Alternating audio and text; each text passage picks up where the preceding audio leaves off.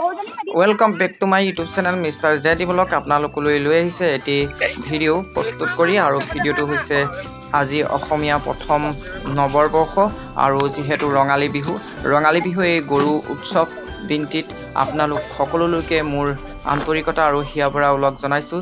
যিহেতু দেখিছে আপোনালোকে মই পথাৰত আহিছোঁ আৰু পথাৰত গৰু আজি যিহেতু প্ৰথম বিহু গৰু বিহু, আৰু এই গৰু বিহুত আমি চাট মাৰিবলৈ পথাৰত আহিছোঁ কণ মাইনাসকলৰ সৈতে। এয়া এটা কি আনন্দৰ এটা পৰিৱেশ। আৰু সাম্প্ৰতিক সময়ত অসমীয়াসকলৰ যি গৰু পোহাৰ যি প্ৰতিযোগিতা, সেই প্ৰতিযোগিতা বৰ্তমান সময়ত নাইকিয়া হৈ আহিছে।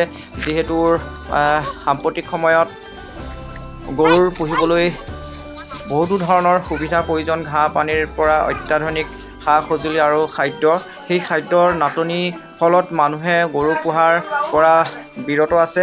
আৰু গৰু আপুনি পথাৰখনত দেখিছেনে কিমান দূৰলৈকে গৰু পাবলৈ টান, বহুত আঁতৰতে এটি দুটিকৈ গৰু দেখিবলৈ পোৱা যায়। যিহেতু এনেধৰণৰ অৱস্থা হ'লে বৰ্তমান সময়ত এই গৰু বিহুৰ যিটো উৎসৱ আমি পালন কৰোঁ, দিনক দিনে ইয়াৰ প্ৰসাৰিতা নাইকিয়া হৈ আহিব। যিহেতু অসমীয়া, যিহেতু গৰু উৎসৱটি আমাৰ কাৰণে এটা পৰম্পৰা, সেই পৰম্পৰা আজি ৰক্ষা কৰি আমি এয়া পথাৰত আহিছোঁ।